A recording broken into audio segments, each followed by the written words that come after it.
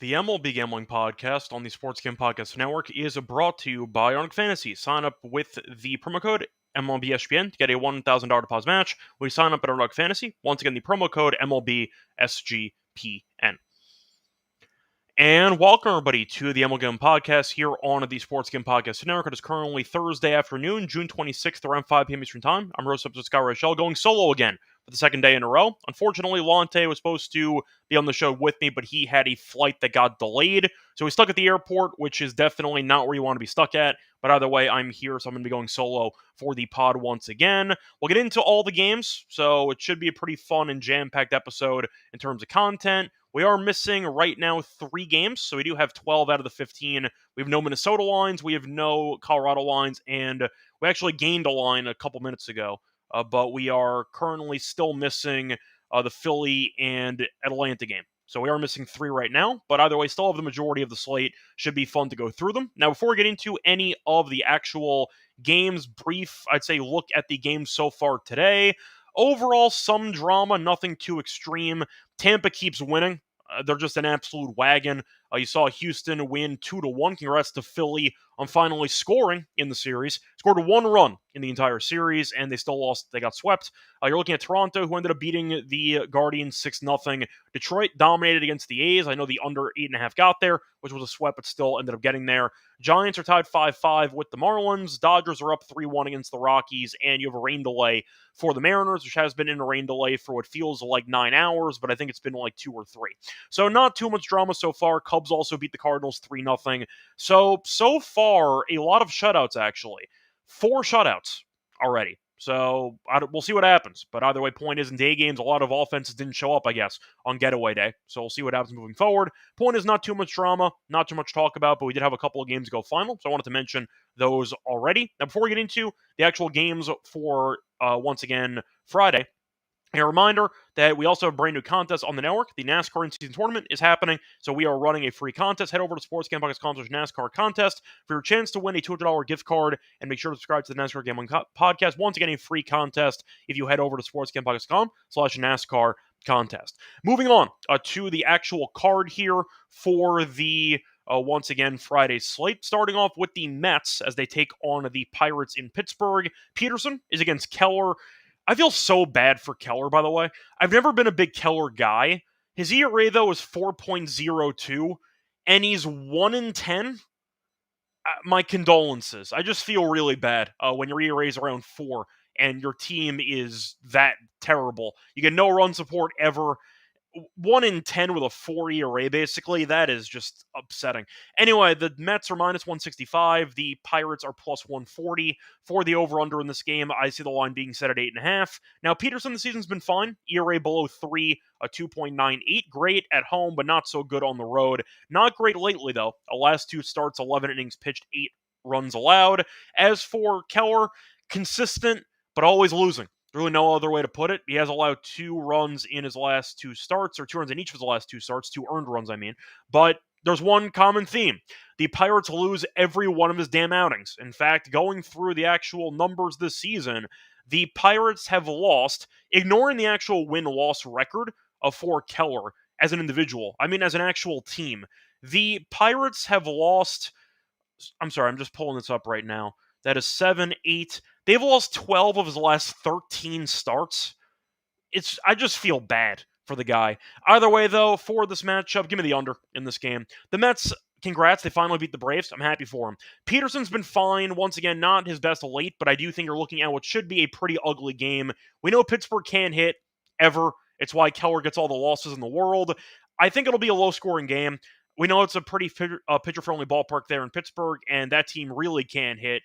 Pittsburgh can drag the game under by themselves, but I do think Keller has been going well. No support at all, but I do think he'll end up resulting in a low-scoring game. I think the Mets win, because I'm not going to pick Keller to actually win a game for once. Give me the Mets, maybe minus 1.5. You could expect maybe a 4-2 game, 5-1 game type deal. But I do think 8.5 is a pretty, in my opinion, high. I'll go with the under at 8.5 there at minus 114. On DraftKings. Moving on to the next game, you have the A's against the Yankees. For this one, you have the Yankees minus 215. You have the A's at a plus 180. For the spread, you have the Yankees, of course, who are going to be a reasonable price on the run line. They're about minus 105. You have the A's plus 1.5 and minus 115. For the pitching matchup, though, you have Warren going up against Spence. Spence has been fine, a 2-2, 3.84 ERA. Warren has been up and down, 4-4, 4.66 ERA. One really bad start, though, against the Dodgers kind of skewed those numbers, but he's been better lately. He has allowed 5 runs in his last 3 starts combined, so he has started to figure it out again.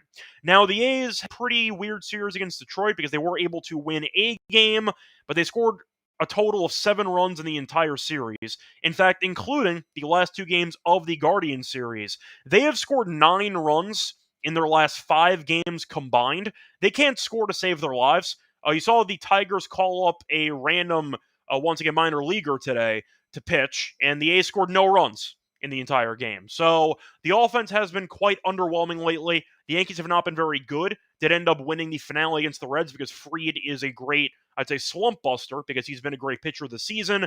But for the actual line itself, I think I gotta go Yankees minus 1.5. I don't feel great about it as a Yankees fan. I have been willing to admit how much this team has struggled offensively over the last couple of weeks.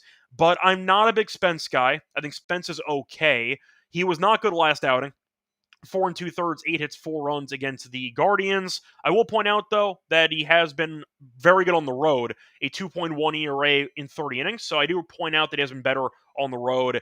I think I like the under in this game again. I just feel like it's a pretty similar story to what we talked about for the Pittsburgh game, even though Yankee Stadium is more hitter-friendly.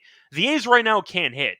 9 runs in their last 5 games combined. The Yankees scored a bunch of runs against Singer in the finale, but they have not done well offensively either. They have scored less than 5 runs in 3 of their last 4 games. So based on that, I do think this is a pretty high total of about 8.5 again. This is minus 105. I see one place listing Schmidt. The other's listing Warren, so I'm assuming Warren's going to pitch, but maybe it will be Schmidt, who knows.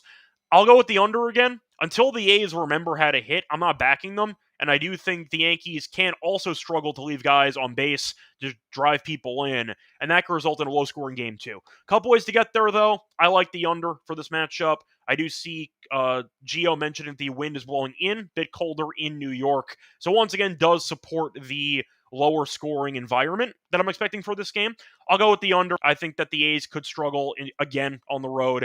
And if they score 2 runs, for example, I don't trust the Yankees to score 7. So I'll go with the under in this matchup. I see a question from Don. Which player do I think is going to do well for player props in the Braves and Mets game tonight? Let me just quickly see if there's anybody that I'm actually interested in for that one. So sorry, just give me a second. Looking at the matchup, that is randomly the night game today. It's 7 o'clock. Kind of weird there's no night games, I guess, since it is getaway day. Canning's been kind of a mess lately, and Holmes has been bad on the road. He's been better lately in general, but I do think Canning is a guy who I'm not really interested in, at least based on his recent form. The problem is the Braves have not been great at working counts recently, but I didn't mind Canning under his outs for that game against the Braves. I want to quickly just see what his outs prop is, because Canning's a guy who's not really afraid of battling.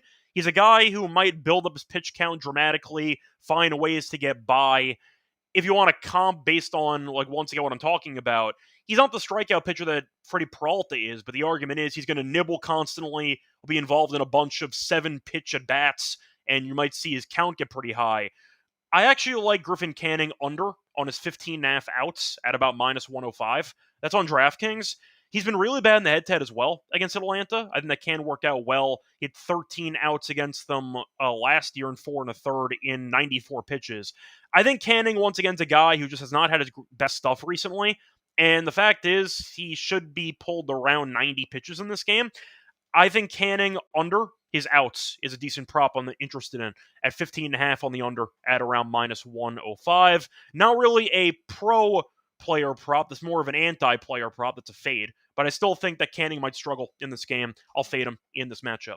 Moving on to the next game, though, that we're going to talk about on the schedule. You have the Rays, who are still surging, taking on the Orioles. For this one, you have the Rays, who are using for this game Pepiot against Sagano. Rays are minus 125, Orioles are plus 105, and the over-under in this game is set at about 9 flat. Now, Pepiot this season, has been very good, actually. A 5-6 record, but a 3.04 ERA, and he has been good lately. He has allowed 2 runs in his last 2 starts combined in 13 innings of work. Also, a bunch of strikeouts. He has struck out at least 7 guys in 4 straight. Could be a solid option if you want to go for a strikeout prop for him against Baltimore in this game. For Baltimore, they're 12 under. They ended up losing the series to Texas. They lost series to the Yankees. They have really been bad all season, as we all know. Price is too cheap, simply put. I get that the game's in Baltimore. I don't really care. Baltimore's below 500 at home. The Rays are 19-12 on the road. They're 11 over. Kevin Cash and that front office just find a way. They find a way to have a low payroll, a bunch of guys who you don't really know, and they find ways to win about 90 games. And it feels like the Rays are headed that way again. Pepito has been good. Sagano's been fine this season. Probably the best pitcher in that rotation. Very low bar, but still.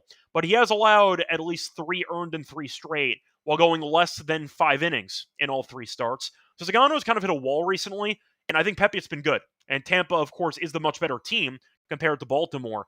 Minus 125 feels very cheap in this game. I'm going to go with the Rays in this one. I think you're looking at a good spot for Tampa. I'll ride the hot hand here. Give me the Rays on the money line for that game. Moving on to the game between the Twins and the Tigers. Once again, one of the only games on the card we have no line for, because no one was pitching for Minnesota. You have Gibson Wong pitching for Detroit. We have undecided for Minnesota. The question is, let's say that they use an average pitcher, which might be generous for Minnesota.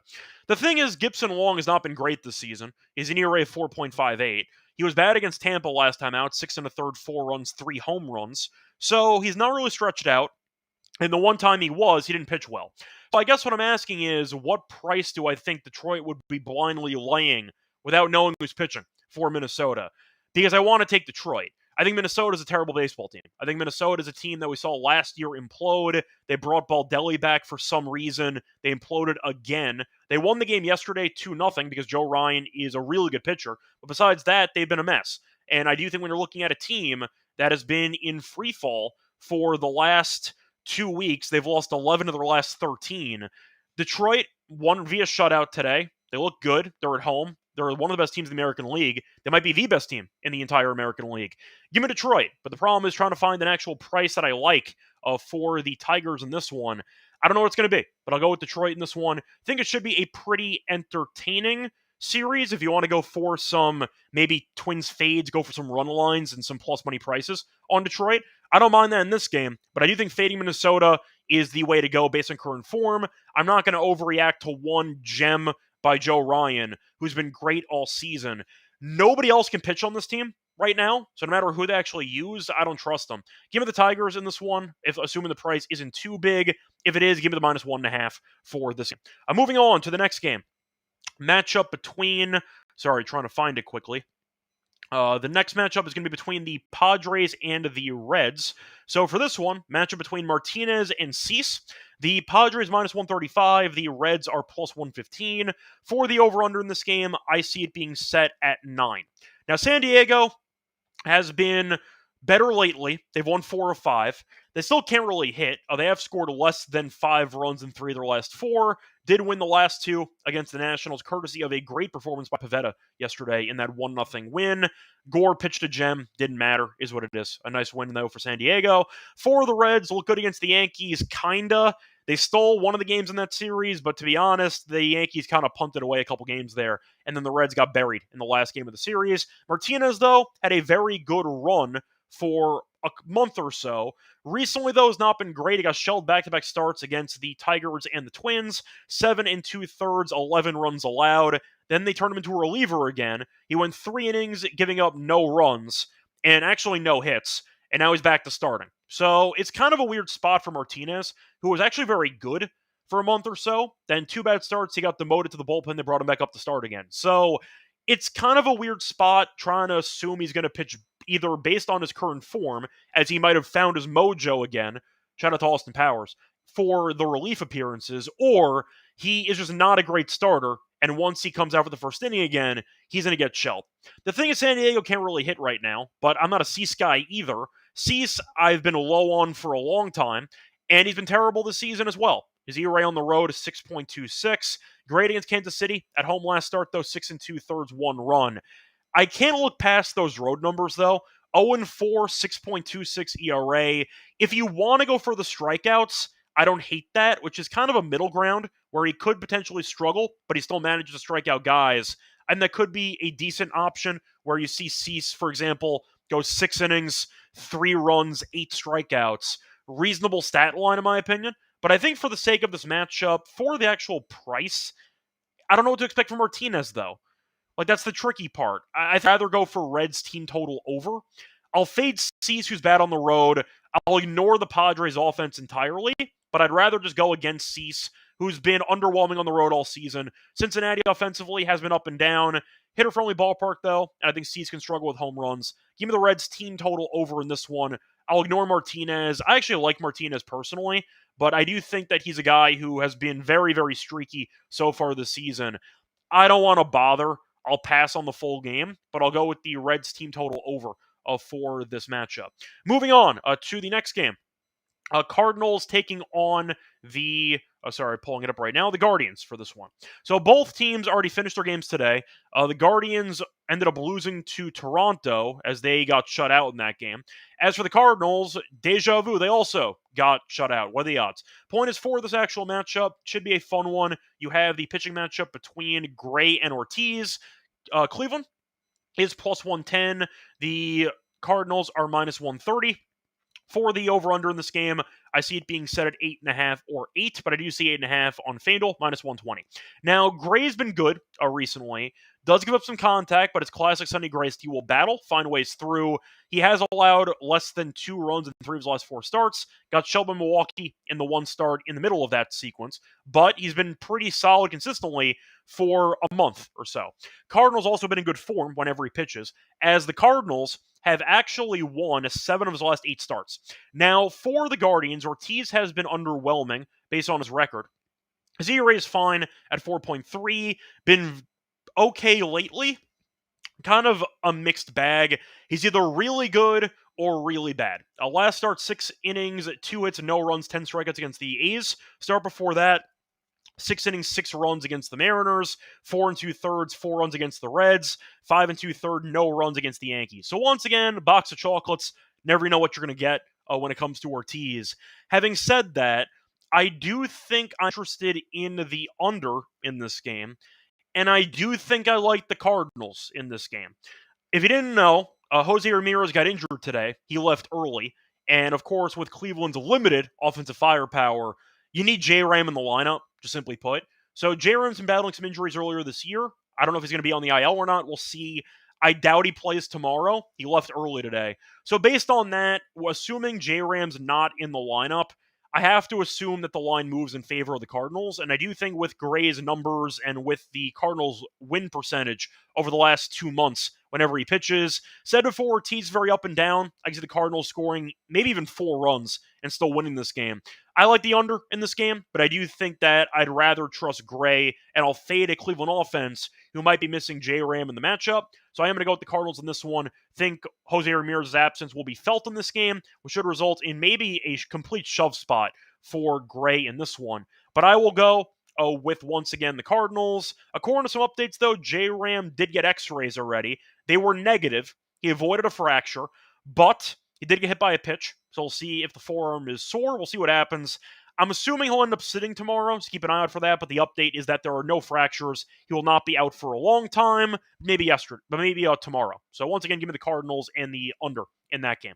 Before we move on into the remainder of the card for Friday, I'm brought to you by our sponsor, which is, of course, MyBookie, because they're available at a ton of locations. Use it for betting on baseball, for WNBA, for golf, for once again, football futures, etc. Also, use it for a ton of locations. Use crypto for deposits on your first payout. When you sign up, though, for your new account, use code SGPN to get a 100% match up to 1K.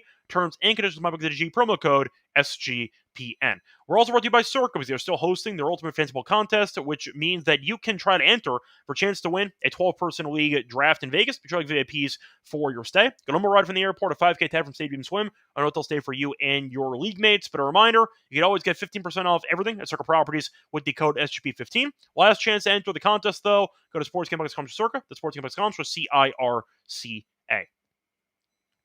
Welcome back, everyone, to the MLB Gambling Podcast. Finished going through the first couple games on the card for Friday. Time to keep rolling with the next game. Moving on to the Blue Jays against the Red Sox. Now, the Blue Jays, said before, won today in a shutout, and the Red Sox have been a mess offensively lately. They actually do not play today. So there is a rest advantage there for Boston. Does it matter? I don't know.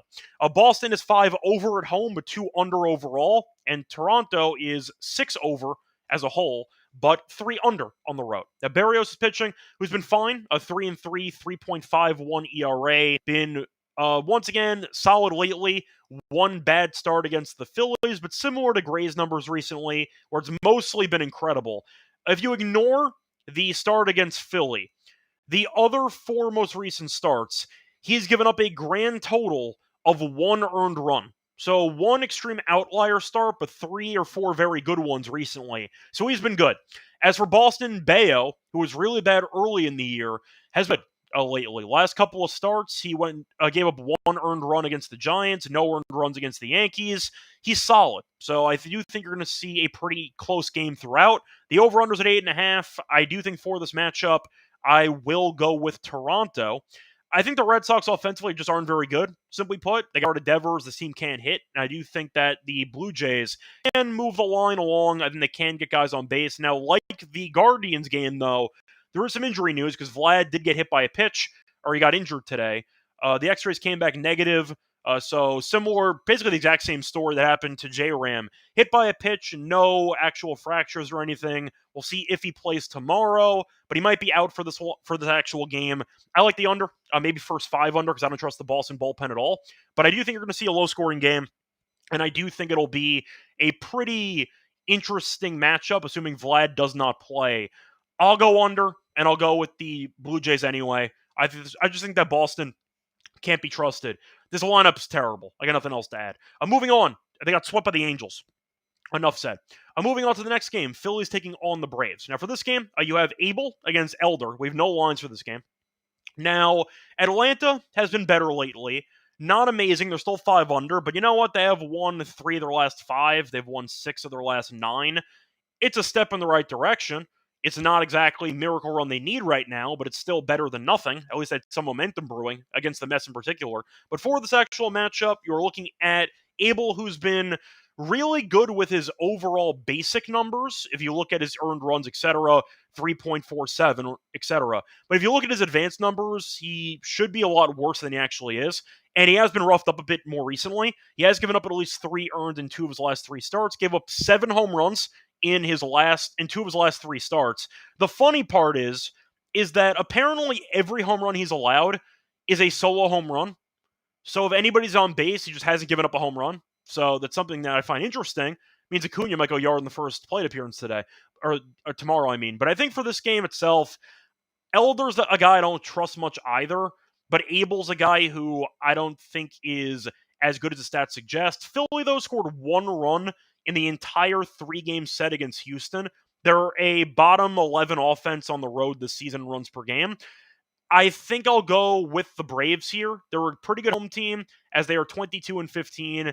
Elder, I don't trust at all, but I will point out he has been a lot better at home. Does have a 4.4 ERA compared to a 4.77, but he's not been good, as he has allowed 9 earned runs in his last 2 starts, along with 17 hits. So it's really tough because Philly right now can hit, but I don't trust Abel either. Give me the over in this game. I'm kind of just forced to fade 2 pitchers I'm not sold on.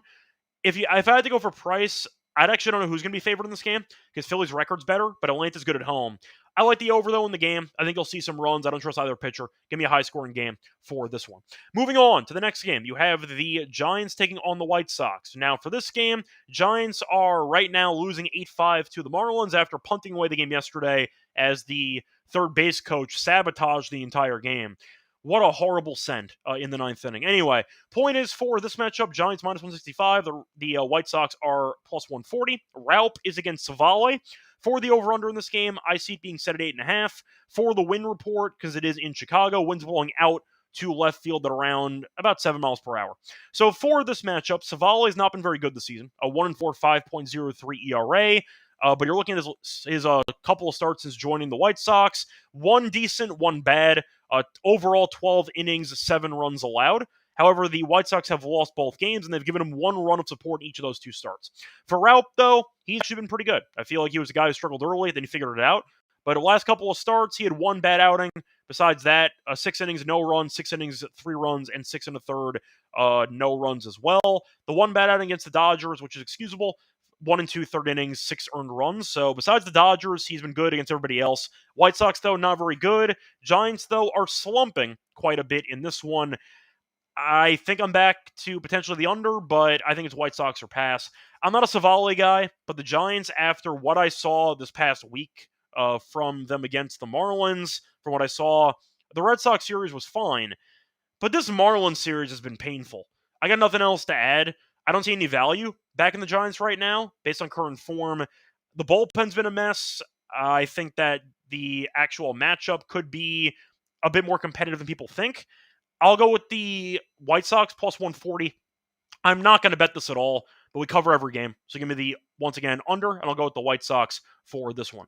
Moving on to the game between the Mariners and the Rangers. For this game, you have Seattle, who is minus 105. You have the Rangers at minus 115. For the pitching matchup, you have Gilbert against Eovaldi.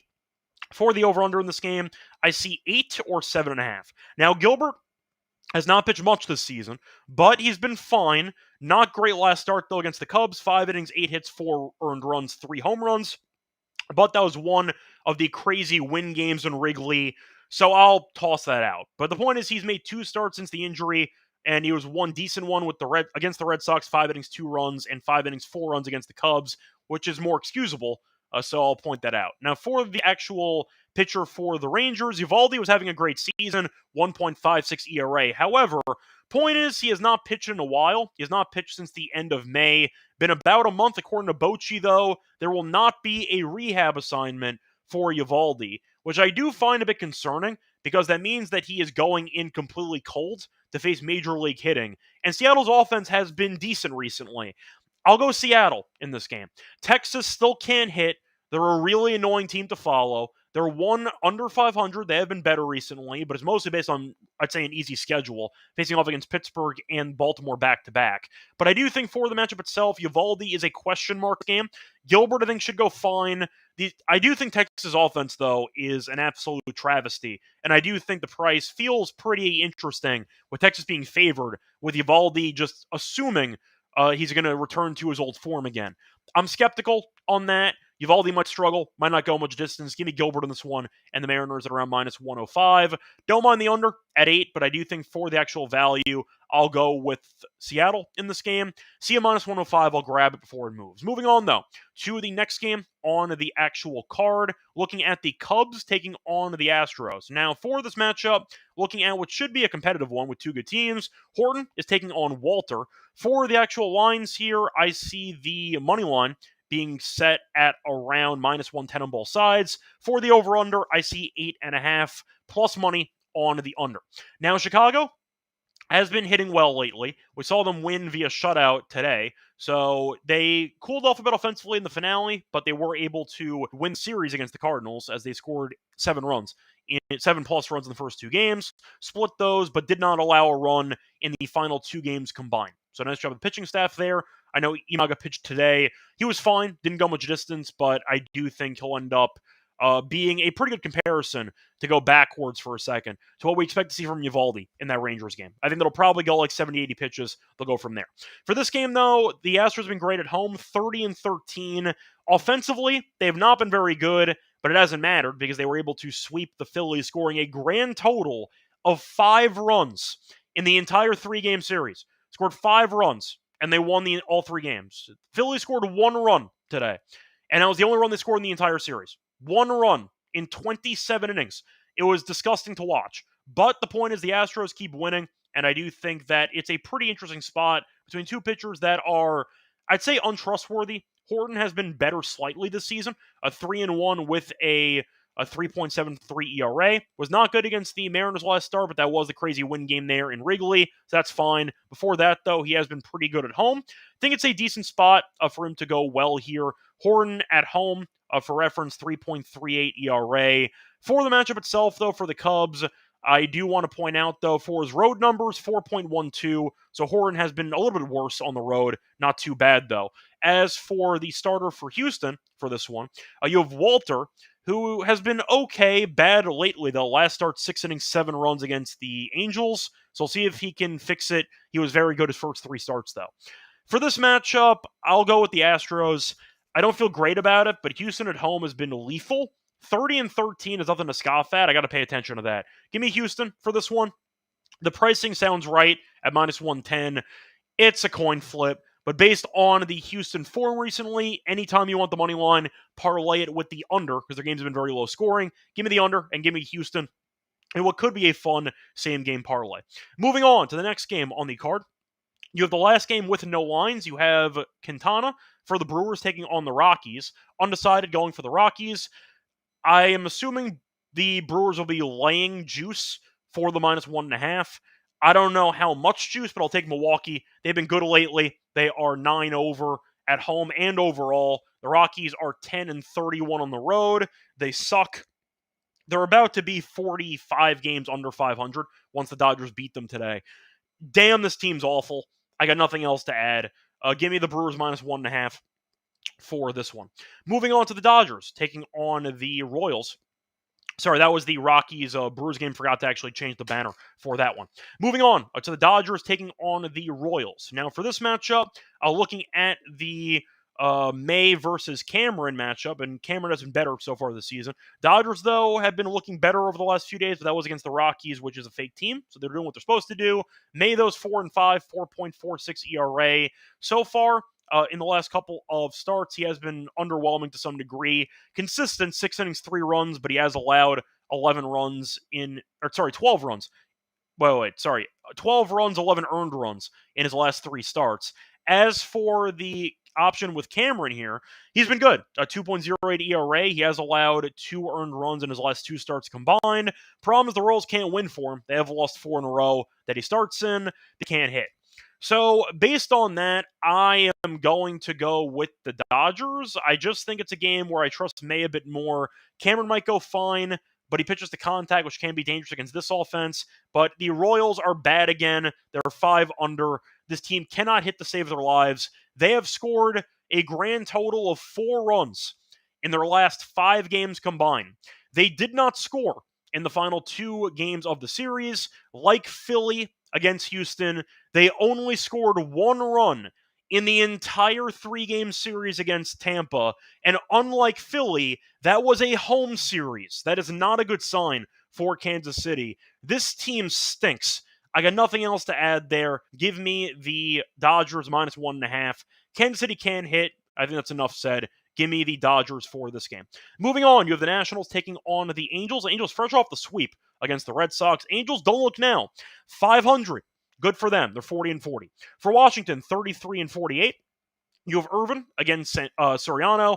Angels minus 165. Nationals plus 140. For the over-under, I see 8.5.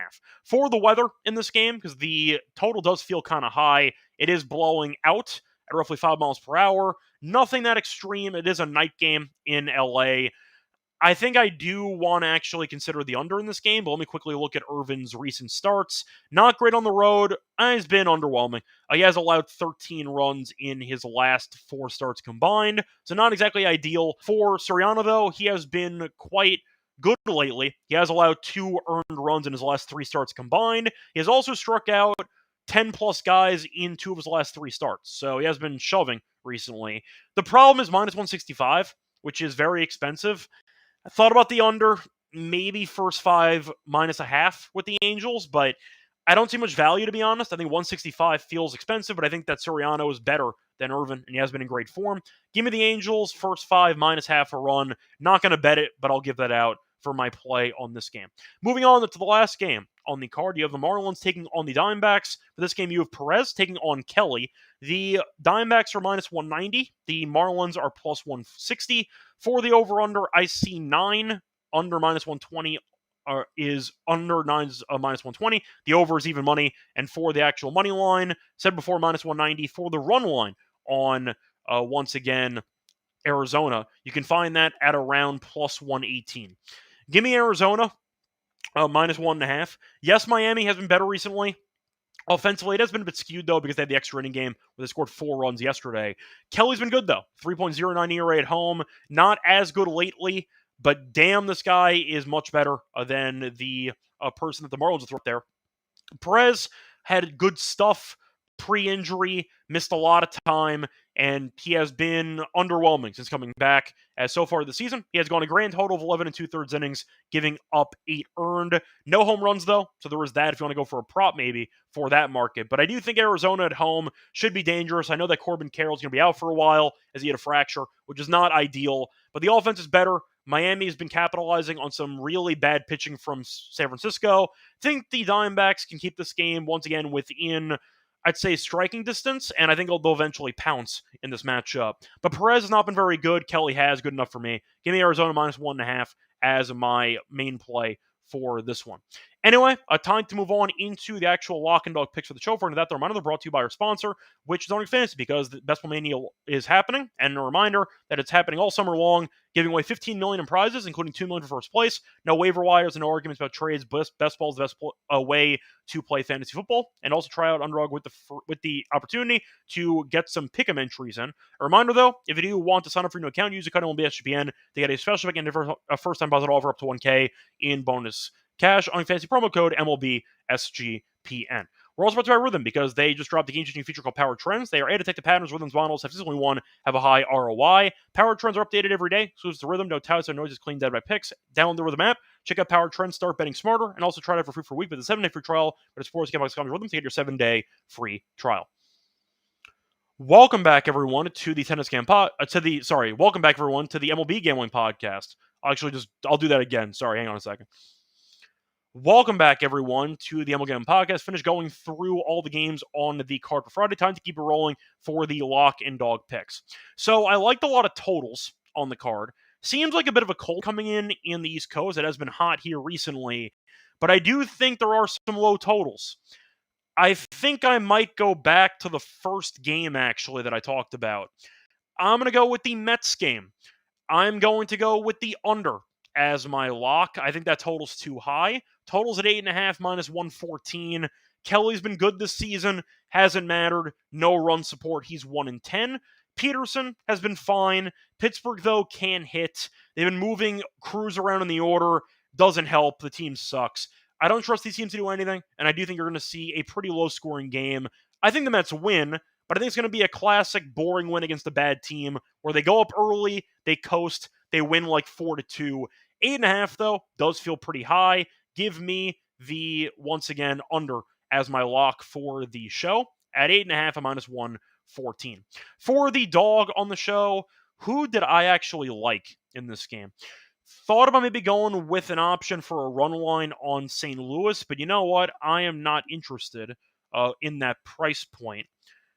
Is there anybody else I'm really tempted by? Arizona, I thought about. That could be an option. The White Sox, I'm not going to take. I don't think they're good. It's just the Giants are laying 165. I think it's insane. The Yankees aren't in plus money range. Tampa? Do I go really bold with Tampa? That's the question. Tampa minus 1.5 plus 138. That is pretty appealing. They've been very, very good. The only other argument would be maybe going for the Diamondbacks minus 1.5 at plus 118. But you know what? I'll go with the Rays. They've been really good lately. Hottest team in the league for the last month or so. And we know the Orioles stink. Sagano's been bad lately. I've read off his numbers before. Meanwhile, you're looking at a good stretch for Pepiot. I think it's a good matchup for Tampa, and they're in better form. Give me the Rays minus 1.5 at plus 138 as my dog. Now, for the home run play, for the actual show, looking at some options here. 4 home runs in the card.